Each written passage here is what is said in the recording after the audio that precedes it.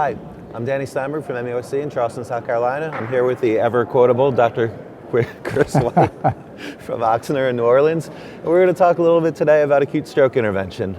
It's funny, you come through back when you were senior at Sky and whatnot. This is something I remember you talking about even when I was just a fellow, as a passion of yours and something you were going to push forward. So if you could just explain to us, just kind of in your own words, how this whole thing happened for you. So it's interesting, it was pretty clear 20 years ago that stroke was underserved. There were not enough neurointerventionalists to be on call every night and not enough daytime work to support multiple neurointerventionalists in most medical centers. So that's how cardiology got into the business. And basically we used a neurologist who went to the cath lab with us, made all the neurology decisions, so we didn't need that fund of knowledge, and we didn't have it.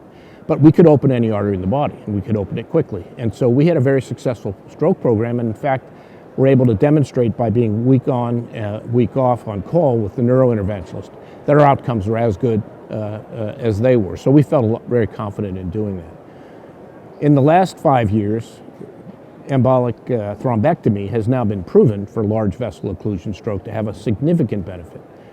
But the problem now is that geographic disparity that exists for 60% of Americans. 60% of Americans live more than 1 hour away from an urban stroke center. Transferring those patients is not a good thing. It turns out time is brain. Surprise, surprise. And what the neurointerventional community has yet to adopt is what we did for primary PCI in community hospitals. We understood that a hub and spoke transfer model would not work for STEMI. We understood that in 2000. And so we set about developing an evidence base that showed that community hospitals could do as well for primary STEMI care. That's what we need for stroke care. We need to be able to establish interventional cardiologists with carotid stent competencies to be able to look at their outcomes for stroke in community hospitals, supported either by telemedicine or on-the-ground neurologists to help them select the patients for treatment. I have high confidence we can do this, but it's a big push. So one logical thing, of course, is that the interventional community could take this on, but I do remember very well you specifically saying, if you can't name it, don't stent it. Yes. How do we get there? So with a neurologist by your side, it becomes much easier. And with a telemedicine support of a neurologist, it would be easy for him to talk to you in the ear. My neurologist used to say to me, give 2 milligrams of TPA there. Open M1, open M2. The anatomy is less complex than you would think in the brain. They just number the vessels, M1, M2, M3. It's not even formal names. But again, I'm not ever suggesting that an interventional cardiologist should ever be out on his own taking care of stroke. It's always as a team. Trying to get a neurologist to support me to open a brain artery is so much more effective than trying to teach a non-invasive neurologist to do stroke intervention. And we already have the penetration in the communities. I'm on call. I can be on call for 2 strokes a week. I can be on call for 1 stroke a week because I'm doing STEMIs.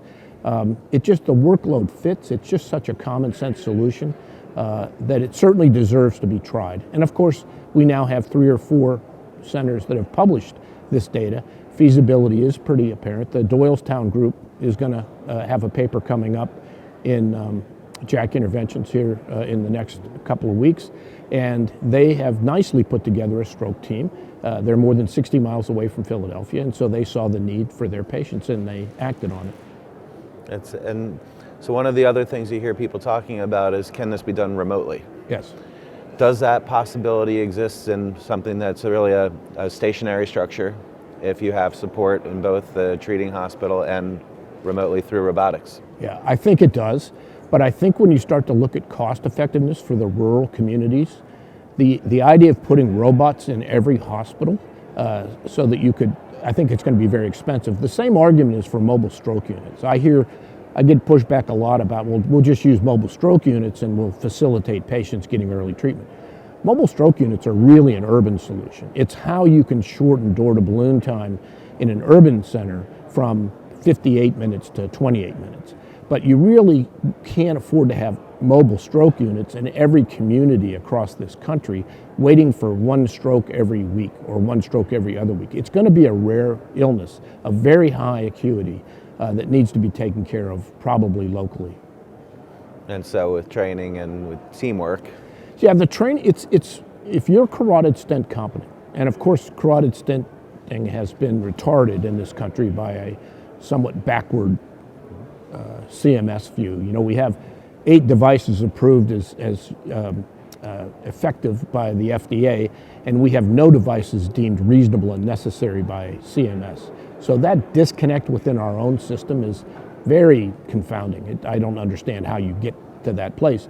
But clearly carotid stent cervical competence is what's necessary, because to do carotid stents, you have to be able to place filters. So you're already in that large vessel occlusion territory. It's all about cannulating the common carotid safely.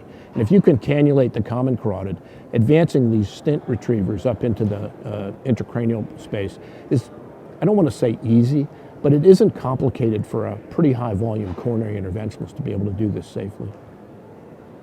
Agreed. So from a societal standpoint, is it about charging into new territory, or is it about enhancing current skill sets? So back in the early 2000s, MSCAI put together a dozen stroke courses for interventional cardiologists. There was a didactic component, there was a wet lab component, and then there was a proctoring component for the elective procedures. That turned into a boycott by companies of institutions and companies that would support that, and they were able to actually shut that down pretty effectively. And that threat still exists. So it's going to really take, I think, a governmental more than a societal effort to say, we have this disparity in stroke care. These are the largest, most debilitating strokes that occur, large vessel strokes. And just as we said for primary PCI, it's worth it to do it at the community level. And these are not enough volume to impact anybody's income or revenue stream. It's all about territorial turf wars.